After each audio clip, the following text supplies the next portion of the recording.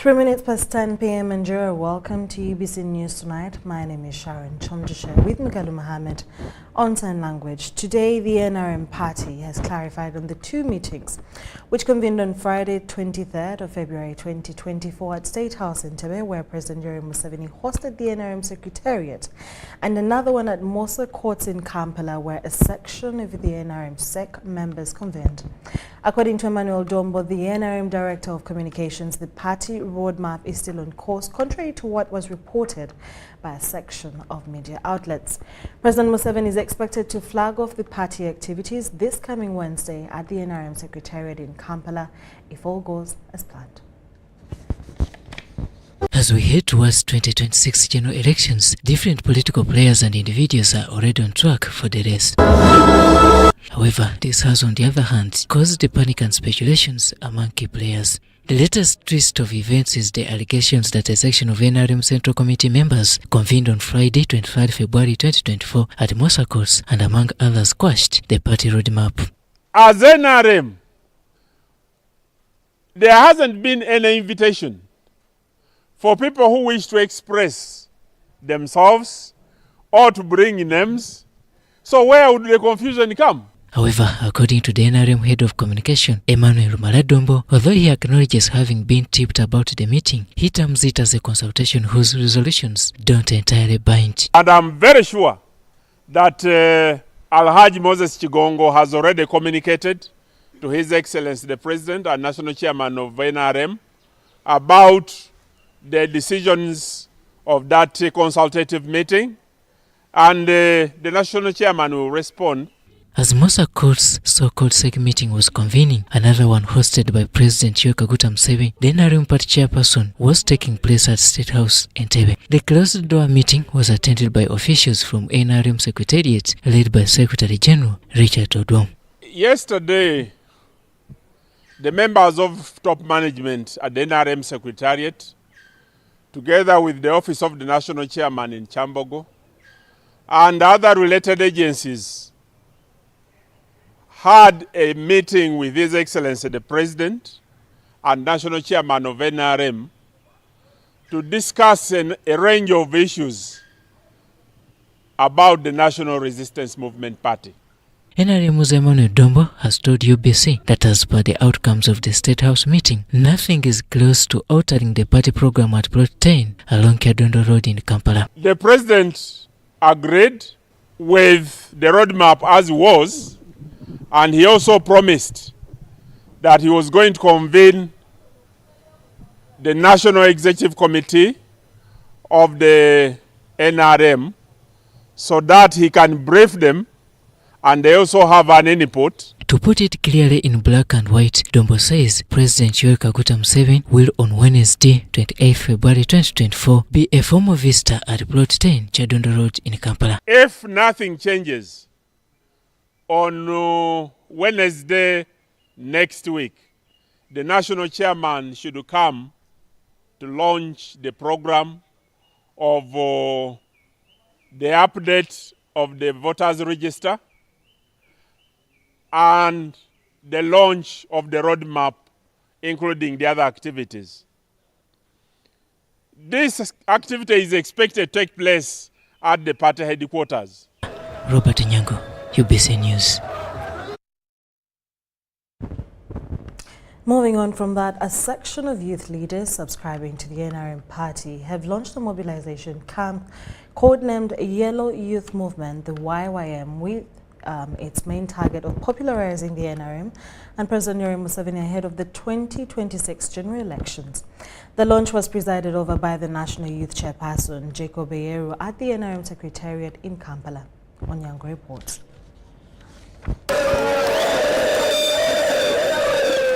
There has emerged another mobilization group within the NRM party, calling itself as the Yellow Youth Movement. The YYM is an initiative of the members of the NRM Youth League to revitalize the life and the role of youth in the NRM party as we go towards 2026. This is made up of many youth leaders across all divides within the NRM party. Colleagues from universities, you are here. We shall mobilize everywhere for people to join the NRM party structures. Wearing the crown of the NRM or being called the youth, the products of the NRM, it's very glittering. It's a good thing. But you must fight. This Chaguranyi's regime, we are not inclusive. You can go there to Kamocha. For us who are not there in their things. YYM movement has been unveiled Saturday 24th February 2024 at NRM Secretariat on Plot 10, Chadon Road in Kampala. We want to support him. Come to the 26th.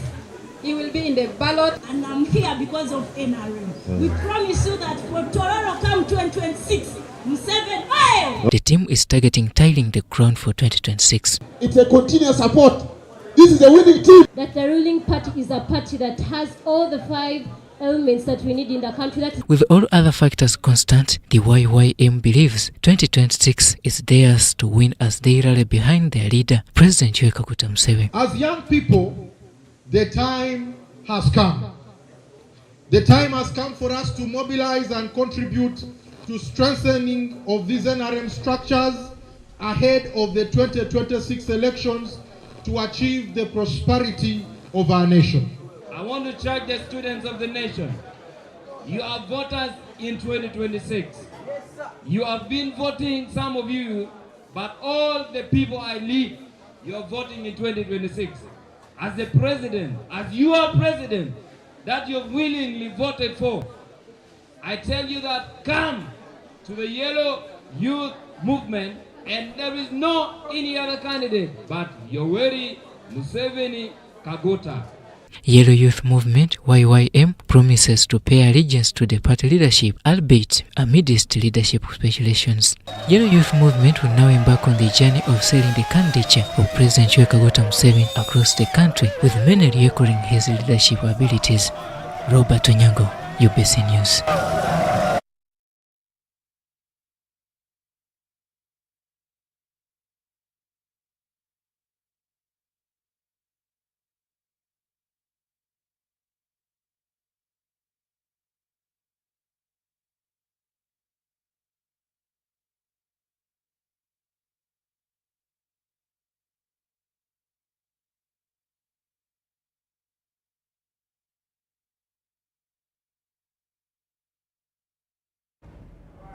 In more news, National Environment Management Authority NEMA has ranked Jinja and Bugwedi districts as the leading destroyers of wetlands in Busoga sub-region.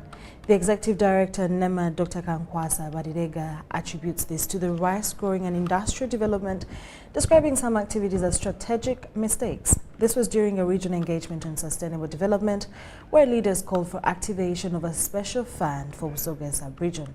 Henry Okurut reports. Chair. Okay. The growth of emotions saw tempers flare as members of parliament from Busoga sub-region unleashed fire before government officials. About food security. Therefore, I want to inform you that the Busogas that you are seeing in the swamps, they are there because they are addressing that issue. The concern was that Busoga was one of the leading regions in destroying wetlands through rice growing. The MPs defended this. Rice is not only for cash but also for food.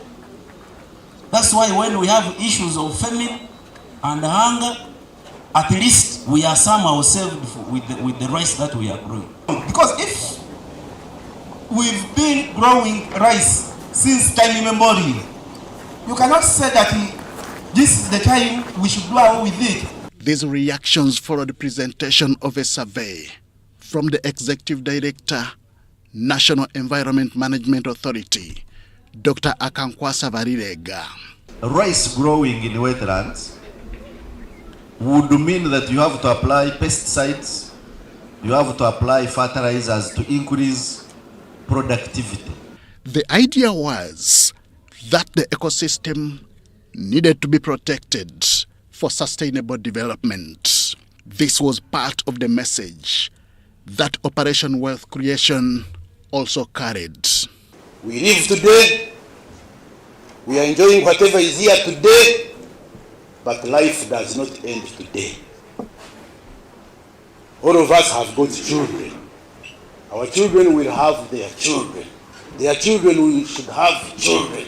Wetlands, for instance, have shrunk from 15.5% of the land surface in Uganda in 1994 to 8.9% in 2015. Ministers Kadaga and Nakadama agreed on the activation of a special fund for Busoga sub-region. We have fishing communities. They also need a special program. Let us not suffocate them in the special program if we think of Busoga. We had set aside 30 million shillings per parish to help them organize themselves, to do economic activities. So all these are efforts we have been doing, and they have been allowed to go to waste. At the end of the day, it was an engagement worth everybody's time. If you talk about a special program for the region before you think of evicting them, it is the only way to go. As stakeholders, as leaders of Busoga, at least we came out with a conclusion, and one major problem, one major concern was the issue of awareness. They need to leave the wetland through sensitization and when alternatives have been provided. The gospel against wetland encroachment has been part of President Yoweri Museveni's messages at every opportune moment. Henry Okrut, UBC. Over 100 officers from Field Artillery and Air Defense have been passed out at the School of Artillery and Air Defense at Olilim in Katagri District following a 6-month training in officer basic gunnery courses. Officiating the function, Major General Don Williams Nabasa, who represented the Commander Land Forces, advised the graduates to be disciplined. 161 officers from Field Artillery and Air Defense have been passed out after completing a 6-month training. In the field, the firing was perfect. You have therefore done your job, and I commend you for that wonderful job you've done. The training aimed at imparting leadership skills, command abilities, and gunnery knowledge to junior officers. So any officer who has finished cadet course and the young officers course with eligible age is capable of grading this course. The 3rd Division Commander, Major General Don Williams Nabasa, advised the officers to fully utilize the knowledge and skills acquired to better themselves and the country at large.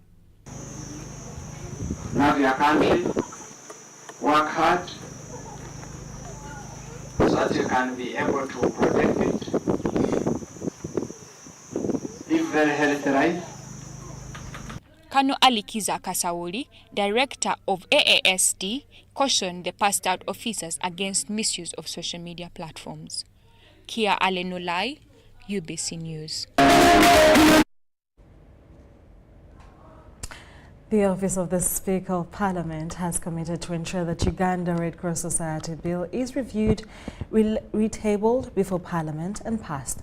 Speaking on behalf of the Speaker of Parliament at the Uganda Red Cross Society National Council meeting 2024, Herbert Eriko, Member of Parliament for Sorority City East, said that Parliament is obliged to ensure that Uganda Red Cross receives the necessary legal framework to execute its work as well as its establishment. Uganda Red Cross Society, established by an Act of Parliament, is both international and national in offering service to humanity, comprised of Red Cross Army and ambassadors. It has distinguished itself as the biggest and most consistent humanitarian agency in Uganda, emphasizing integrity to protect its image. Of disasters are in the increase because of natural changes, blame it on climate change, but also man-made conflicts which are on the increase. And also the global socio-economic context of poverty levels going up. So, when it is reduced, it shouldn't make us sleep on duty. It just becomes a phase.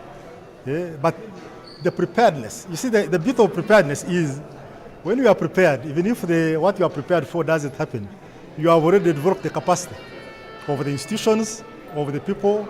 Uganda Red Cross Society has been applauded for supporting government in response to disease outbreaks like COVID-19 and Ebola, contributing to restoring hope and lives of Ugandans. Your ambulance services and teams were very active, and countless numbers of lives depended on the support of the Uganda Red Cross Society. You contributed enormously in saving lives, and even then risked the lives of your members and your volunteers in ensuring that those that succumbed to Ebola received a dignified send-off during their interment and burials. Speaking on behalf of the Speaker of Parliament, Soroti City East legislator Herbert Ariko said the Office of the Speaker is committed to ensuring review of the Red Cross Bill and passed into law. Ariko says Speaker Anetanita Mong also committed to guide Committee of Parliament responsible for budget to allocate and ring-fence funds to Uganda Red Cross Society. The government of Uganda signed and ratified the Geneva Conventions. Therefore, we are obliged to ensuring that the Uganda Red Cross, like other international bodies in Uganda, receive the necessary legal framework to execute their mandate, especially that for which they were established.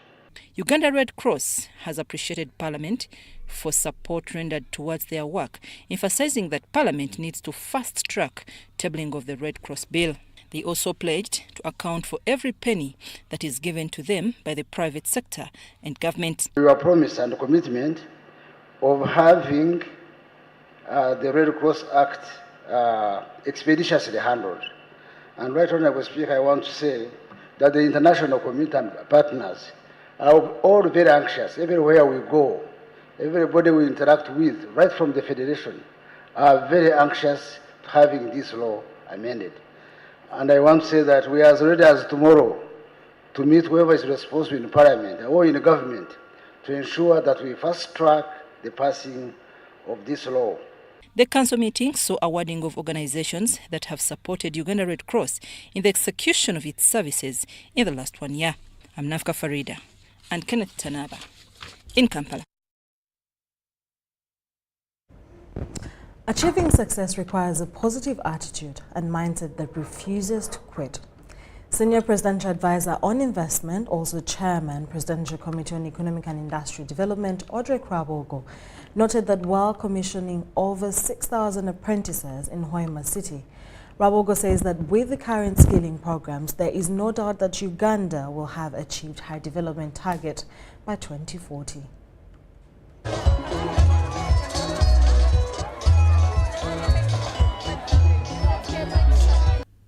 Senior Presidential Advisor on Investment, Audrey Krabogo, has reiterated the need for Ugandans, especially the youth, to utilize the available vocational skills to close employment gaps. While commissioning over 6,000 youth, men and women from Bunyoro sub-region, Rabogo reiterated government's commitment to promoting skills development. How can you build a business, let alone how can you build a family, if you don't have the right mindset, if you don't have the right attitude? Many young people see what is on social media, which is like plastic. They think that's how life is lived. No. You must get your hands dirty. Or take Oksoha. You have to go on the lake and fish. You have to dig. You have to learn. Social media is meant to make you dull. It is meant to make you less smart. It is meant to make you alcoholic. He applauded the Directorate of Industrial Training for the training packages, which he said are much needed for Uganda's industrial growth. This was at the 4th graduation ceremony of Presidential Advisory Committee on Economic and Industrial Development, Uganda, where over 6,000 youth, women and men, graduated with certificates in agricultural production, bricklaying, bakery, domestic installation, carpentry and soap making, among others. So PASAID is focusing on 13 products, which are industrial and services and agriculture. In fact, it is called aqua agriculture because you have fish in there. Now, we are focusing on those products because they have higher value in external markets, but we've been adding very limited value for many reasons. Costs of electricity, water, roads. But all these things are now improving. We are now getting electricity at 5 cents. The Directorate of Industrial Training at the Ministry of Education and Sports assessed and certified the graduates. The Directorate of Industrial Training, Dr. Patrick Byakatonda, encouraged the graduates to upgrade their skills to be able to compete favorably on the job market. For industrial revolution, in which we are actually even entrepreneurial revolution, we have to move with passage. Export, you need DIT. We are twins. Entrepreneurship for younger people, we have to move with passage. So to increase export, to improve production, to get the youth employment, we have to work hand in hand with passage. This is a government institution and DIT is also a government institution. However, DIT, we certify people. We add value to people. State Minister for Public Service, Mary Mugasa, is happy that the program targets the unemployed youth with such skills that are in line with government's development programs. DIT certifying them and giving them more training has enhanced their capacity even to supply better things in the market. We want to thank Government of Uganda, more especially His Excellency and Mama Janet, for thinking about employability, skills for employability. Now that we have even the oil industry here, we are going to host AFCON. We shall have quality services through the certified caregivers. I'm Nafka Farida and Ganga Henry. Now, a visible transformation is underway with a strategic overhaul seeking to reshape the landscape of governance in Uganda. Over 30 agencies of government are on the verge of merger thanks to the urge to reduce on public administration expenditure. Today, our reporter Henry Okrut explores the rationale, impact and innovations driving the rationalization of government agencies.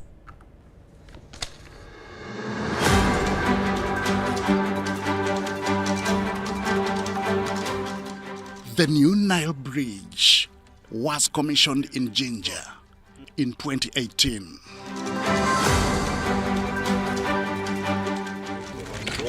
2, 3, 4, go.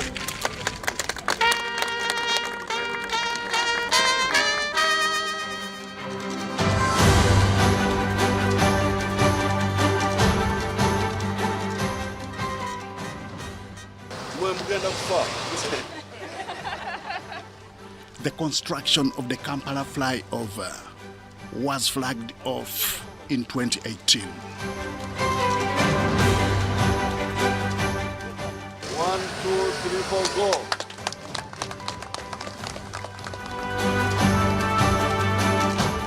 The two projects were under supervision of Uganda National Roads Authority, UNRA.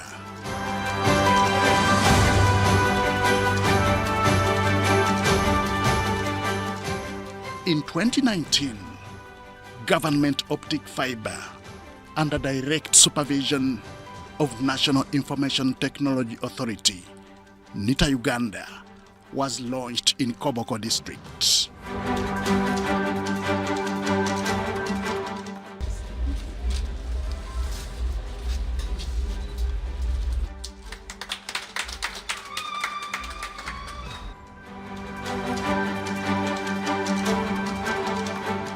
To get quick access to information. It was meant to provide internet to West Nile and Karamoja sub-regions. Both UNRA and NITA Uganda are on the verge of rationalization. I vote no.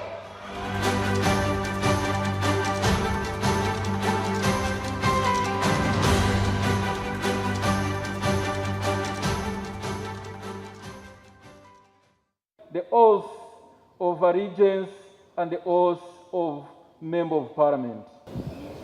July 2021. I, Muruli Mukasa Wilson, Wilson Muruli Mukasa, in his capacity as Minister for Public Service, takes oath as an ex-officio member of Parliament. And that I will preserve, protect, and defend the Constitution. So help me God. As soon as he receives his instruments of power, a matter of national concern comes his way. I would pray that UNRWA should remain a semi-autonomous institution, but have the current structure reviewed to optimize resources and reduce overhead costs. The concern is that Uganda National Roads Authority is being phased out. Muruli explains. The functions of UNRWA are not going to be lost. 2 years later, the matter surfaces again. This as the new board of directors of National Information Technology Authority Uganda takes oath. I, Alexander Chibandama, swear that I will faithfully and honestly fulfill. There was a realization that the government had expanded too much.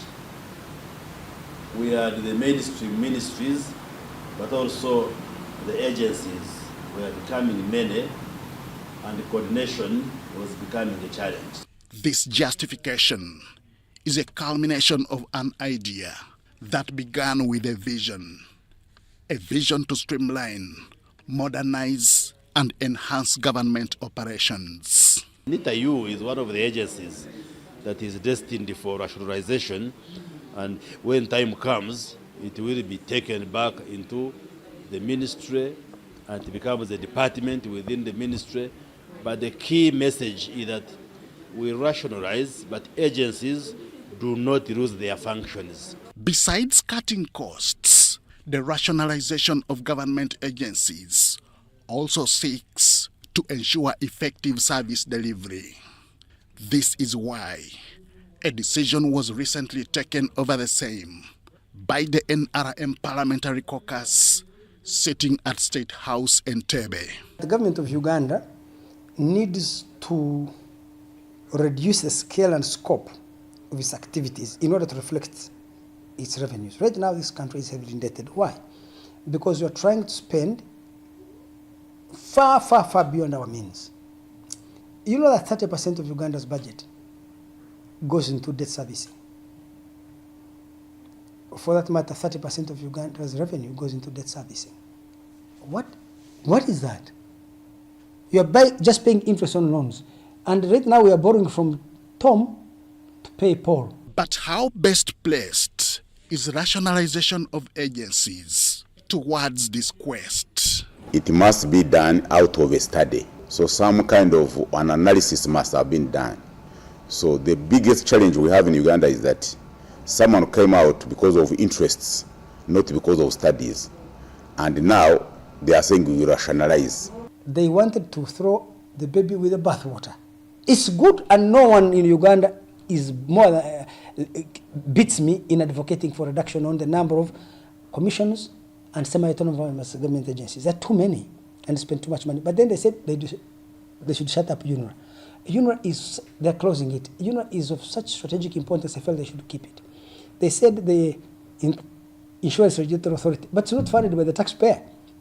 Insurance companies pay money and they sustain themselves. UWA is not funded by the taxpayer. UWA funds the Ugandan taxpayer. You have URSB, Uganda Registration Services Bureau. It collects so much money, pays for itself. 70% of its budget goes to the treasury to fund the government. Why close it? The implications of rushing the move could be negative if anomalies seen in earlier attempts are anything to go by. Now government says they will be saving about 900 billion. But if you look at the total money that is required for surveillance packages, it is actually more than 900 billion. An example alone in UNRWA, they have about 1,400 workers. And when you calculate their surveillance package, government to disband UNRWA now, they need 250 billion. But Other than just merge or phase out agencies, why not consider resizing the entire government system, beginning with the executive? Here you have a government where the constitution provides for only about 42 ministers of state and ministers. But the minister, instead of saying, let us first rationalize up, reduced from 82 to 42 who are provided in the law, is looking at other people. Is forgetting that the cost of maintaining a minister is higher than the cost of maintaining a principal officer in another agency. The argument here is that rationalization should be holistic, extending all the way to the legislature. If you have 500 members of parliament, my God, that expenditure can build hospitals, can build schools. If you have so many redundant people surrounding the political class, all of that redundancy, however redundant it is bleeding the country. We should equally rationalize by reducing cabinet, by reducing parliament, by reducing political cadres, mobilizers, advisors, cabinet, and such expenditure. These are some of the proposals listed in the upcoming constitutional review process. We cannot afford this size of parliament. It's common sense. You must have a kind of parliament that you can afford. But the details are in some of the proposals that are on my desk right now. We have almost 80% of the proposed constitutional reforms, which will address the anxieties of citizens. So, which size of parliament does Uganda really need? The proposals also include an electoral system which will ensure that one member of parliament represents about 150,000 Ugandans. So with a population of 45 million, for instance, the size of the parliament would go down to 300, which I believe Uganda can afford. I see so many advantages that our parliament here should be about 120 to maybe 150 people maximum. Reduce the number of ministers. The implication of this is that it would call for reducing the number of districts. Over the years, the decentralization strategy has seen creation of more local government administrative units. The following city will take effect in 2022. One of the most recent was that of new cities. As I wait for Kasese Industrial and Mineral City, Madam Speaker, allow me to vote yes. Only one member of parliament opposed the proposal. Would it not be procedurally right, Madam Speaker, for us to receive first finance tell us where is the money for the sub-counties and town councils before we proceed to look at the cities, Madam Speaker? She cited what she saw as wasteful expenditure.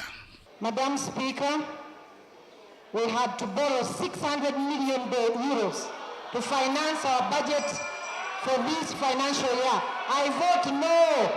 As long as the logic, the political logic for creating those many districts, posts in government and cabinet and parliament and cabinet is there, the political logic is still relevant, you will never ever reduce the districts. If anything, we are going to create more. You think it's politically possible, even if they elected Bobby Wine, can he close one district? One. The political backlash you'll get will be enough to throw him out of government. That should not vote for him. In fact, I saw a study which shows that Museveni tends to win in new districts. Wherever a district is located, they reward him with the votes. Government has already introduced 9 bills before Parliament.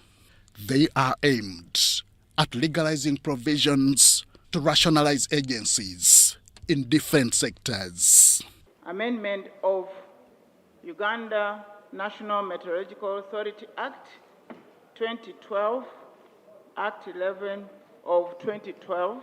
But to what extent will this address the challenge of public expenditure?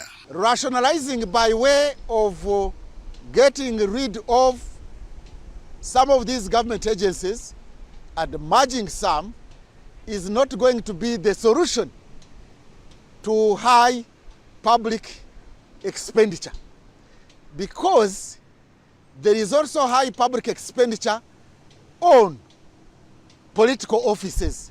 Uganda's national budget for the financial year ending June 30th, 2024 stands at over 52 trillion shillings. The figure, which has been growing over the years, is expected to grow further next financial year. This is attributed to growing public expenditure, a burden said to be partly contributed to by the existence of non-productive agencies. Henry Okrut, UBC.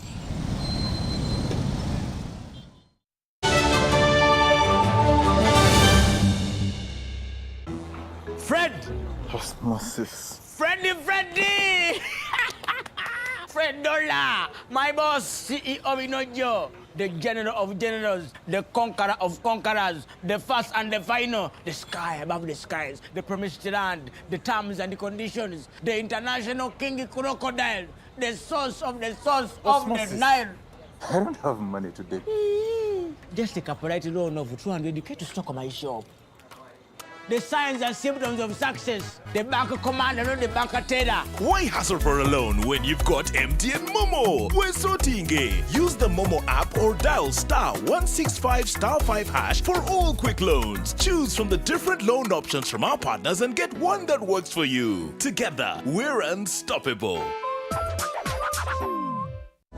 The government of Uganda and the Uganda Bureau of Statistics is calling upon all stakeholders such as the chief administrative officers, city mayors, resident city commissioners, city clerks, city and division councillors, wards and LC chairpersons, as well as the residents and business communities to cooperate with the UBOS field teams as we embark on advanced preparations to conduct the National Population and Housing Census on the 10th of May 2024. The census will be a 10-day exercise to obtain statistical data and information that will be used for planning and policy formulation, including information on 1. How many we are, 2. Where we are, 3. How we are living, 4.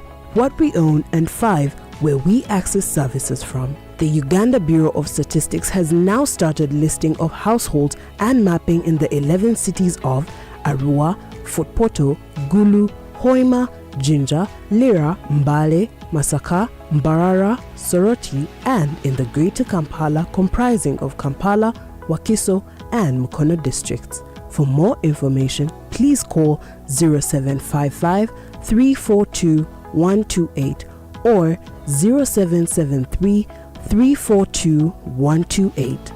This message is brought to you by the Executive Director and Census Commissioner, Uganda Bureau of Statistics.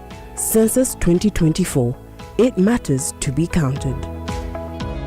Hi, my name is Dennis Masindo Nyango, former Uganda Cranes captain and goalkeeper. My kind of a tank at home is a Crest tank.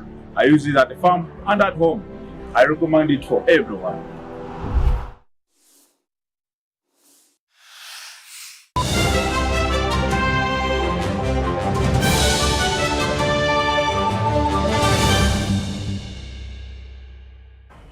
Welcome back from that short commercial break. The first peritoneal dialysis unit has been commissioned at St. John Hospital, Abar in Kamini Sub-County, Oyam District. The index patient was admitted in November last year when the 3 machines were installed at the hospital. Adi Olwa reports. Yeah, we have worked on one patient. The dialysis machine was commissioned by the Minister for Health, Dr. Jane Ruth Acheng, at St. John Hospital, Aber, a private not-for-profit facility in Oyam District. Peritoneal fluid. Peritoneal dialysis is a treatment for kidney failure during which the waste products are removed from the bloodstream using the dialysate, a cleansing fluid administered into the peritoneum through the abdomen. Between January to March 2023, St. John Hospital Aber was managing 45 kidney cases, 18 were chronic, while 27 were people with acute kidney injuries, of whom 7 died. For inviting me to be here today. Health Minister Dr. Jane Ruth Acheng congratulated the hospital for complementing government services, saying more kidney patients will be able to access dialysis services. It is cheaper, you cut the costs of transport and the costs of welfare on the other side. To date, Lira Regional Referral Hospital sees 40 patients on dialysis, and the demand is more than that. So the others can come here, and that is good. So for me, it is a big step in the way forward.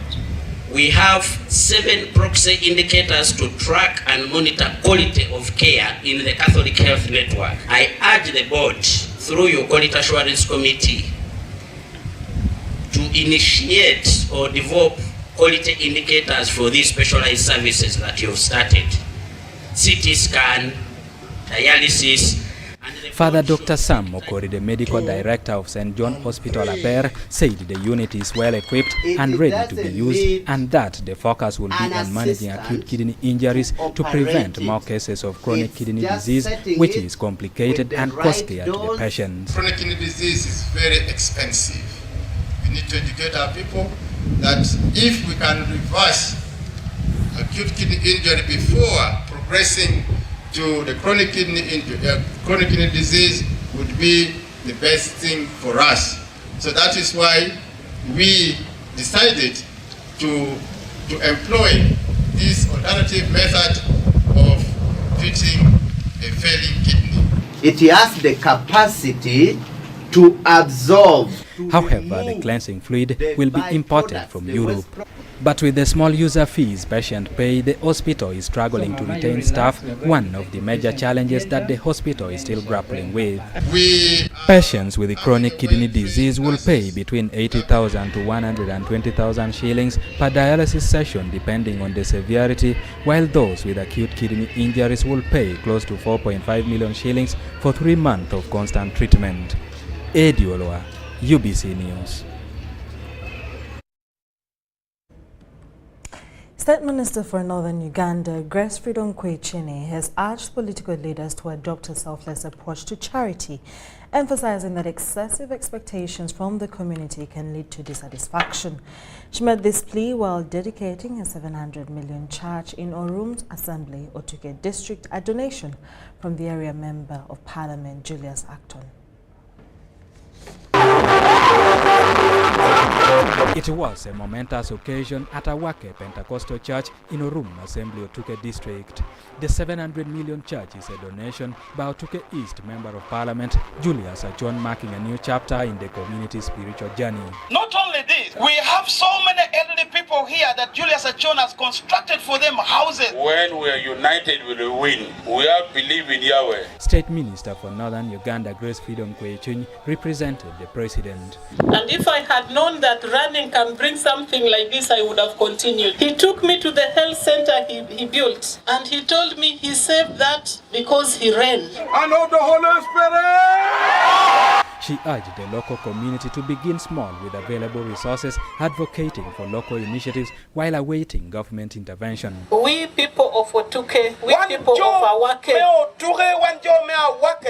we can start a class under that mango tree, because all big schools started small, and then the government will come in because we will have mobilized our children here. In his sermon, Bishop Joel Mukalo of Yahweh Pentecostal Mission emphasized the importance of the church as a center for socio-economic and spiritual transformation.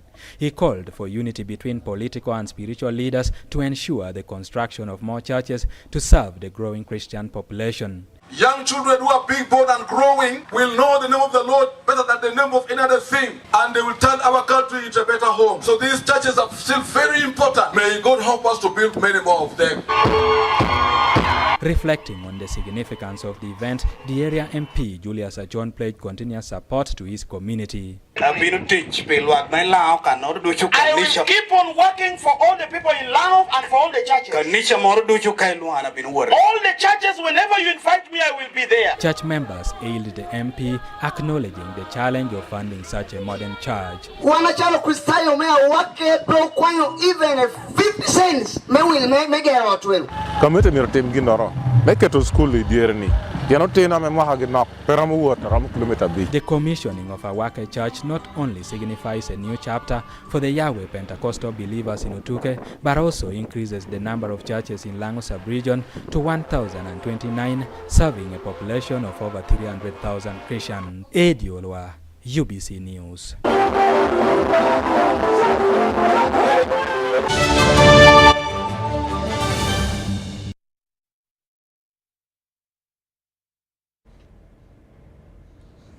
The Minister for Education and Sports, Janet Kataha Museveni, has commended investors in vocational education for supporting government in the Skilling of Uganda programs.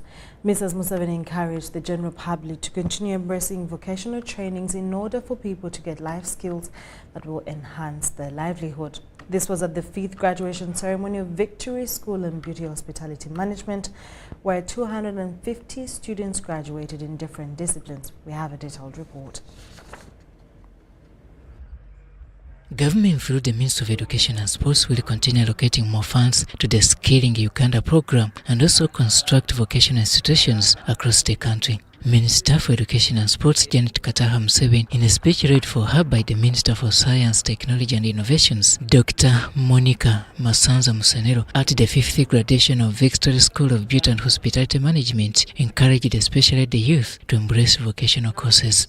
I therefore call upon and urge the relevant institutions and business enterprises to open up their doors and embrace these young people by providing them with the opportunity to work as apprentices in order to gain this valuable experience. Now to the graduates.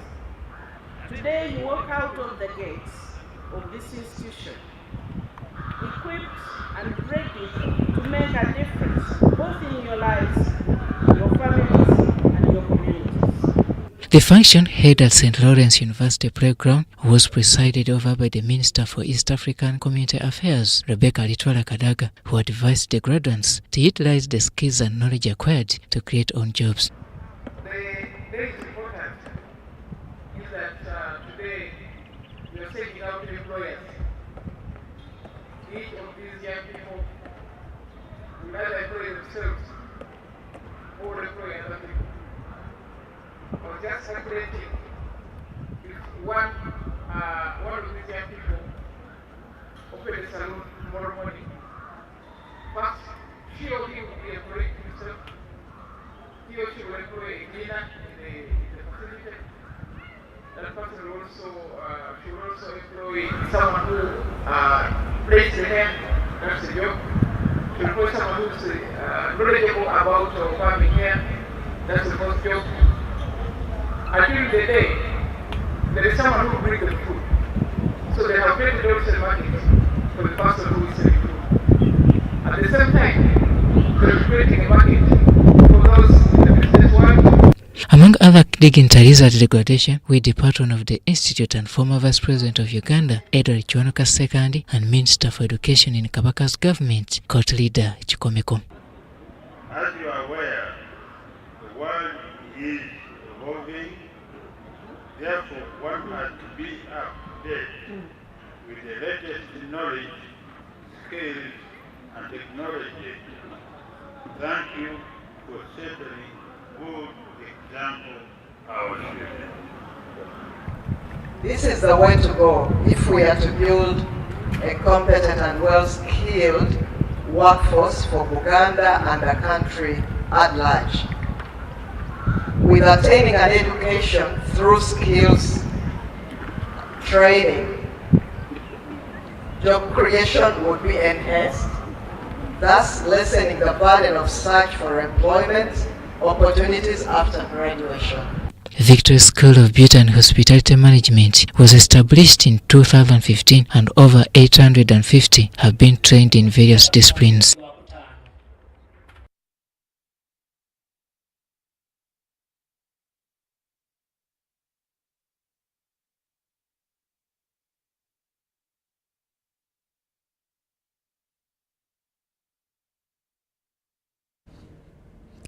Now, Minister of State for Lands, Dr. Sam Mayanja, has ordered for the arrest of one Male Alex after he tortured and evicted residents of Seletura B, Gogonya B villages, Asula LC1 and Bembe Central from their Bibanja. The orders were issued at a meeting held at Umea Complex Village in Lomole Parish, Bombo Town. Over 1,000 Nubian residents from villages of Seletra B, Gogonya B, Asula LC1 and Bembe Central are complaining after one Male Alex evicted them from the Bibanja they have been occupying for more than 12 years. Abduction, illegal eviction, necessity threat. Enaku z'omwezi nga 21 Captain aitibwa Kiziba Godfrey yampanga okuva eruweero n'atwala n'ansula Amulwere ku mukama wange. Nemmala ennaku Katumba wamala jeno yantaasa n'enkomawo naye okukola ennakomawo ewange waafuuka matongo. Naye ssebo obuzibu ennasanga waliwo akaayanira paati y'essomero lyange. Essomero lino libaddewo okuva mu 1951. Ebizimbe ebiriko bikadde okusinga n'akaayanira ekifo.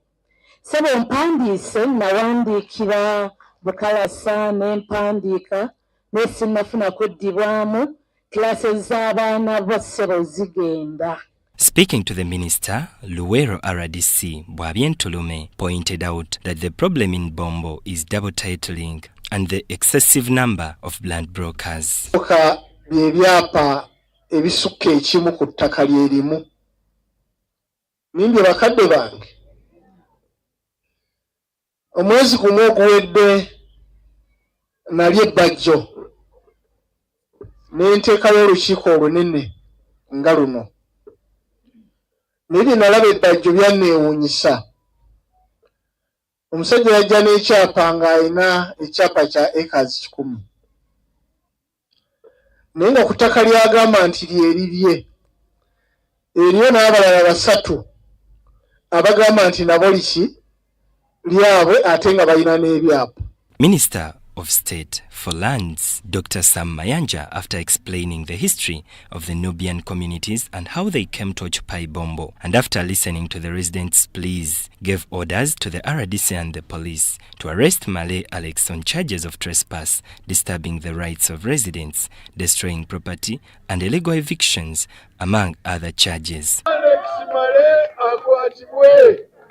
Banange mufuneeyo akola corporate ono yasoose kwata Alex Male genda ku polisi oye land grabber asooka. Today ndagira RDC nga representative wa His Excellency the President wano mu district ako afuneeyo ba representative b'essomero ne ba representative ba community wano eyo committee agikulembere akolagane ne barracks commandant, camp commandant ndozo bemuyita ne military land board okulaba compensation eri fair ng'ate esasulwa mu kiseera. Benon Mukwaya, Jamil Sekaja, UBC News.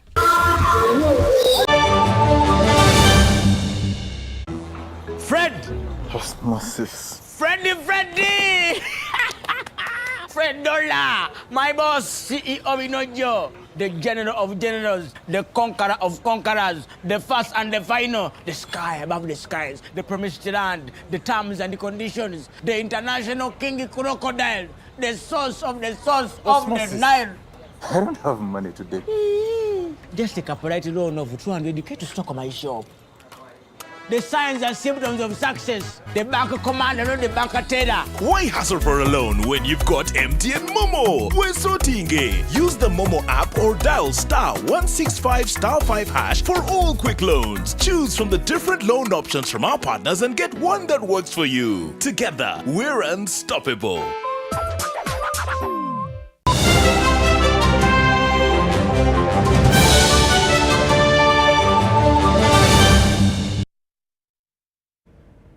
You're welcome to the last segment of UBC News Tonight that commenced at 3 minutes past 10 p.m.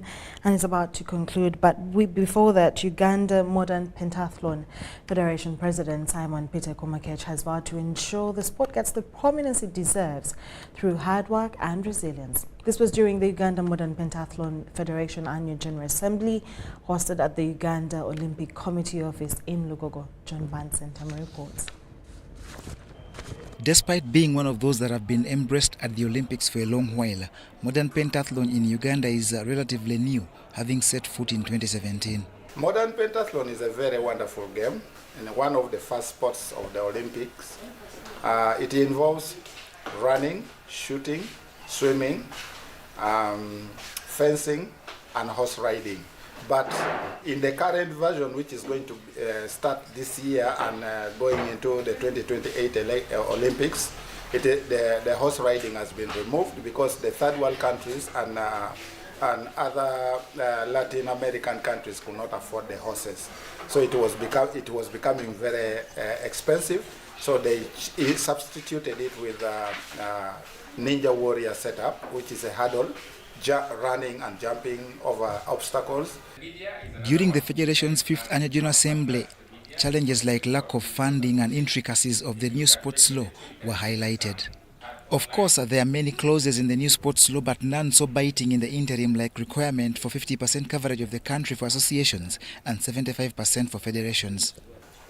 What we are going to have as a challenge is that some of the components, like the swimming pool, where our athletes have to swim in, you might find it's not even half of the 75% of the districts that we are required to meet. So what we are going to do is we are going to look for the resources, funds to move around and get to these 75 districts, open up clubs there, but then we shall always schedule the trainings with the districts because of the equipment which are not sufficient to be left with them. And the longer we take without them learning how to operate these equipments, that means it becomes difficult for them to become active athletes.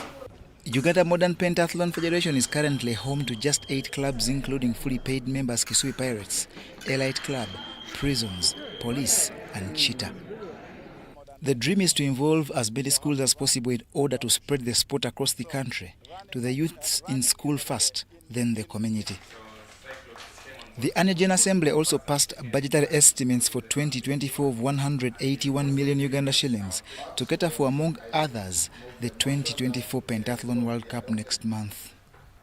Athletes like Miro Masho and Rashida Najuma that won continental and global medals last year are at the forefront again as the quest for Olympics representation increases.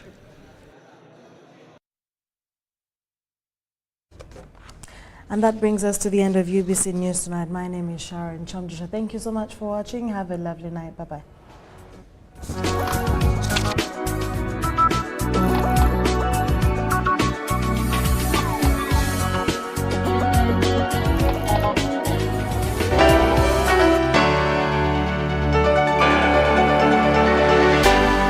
UBC, inspiring Uganda.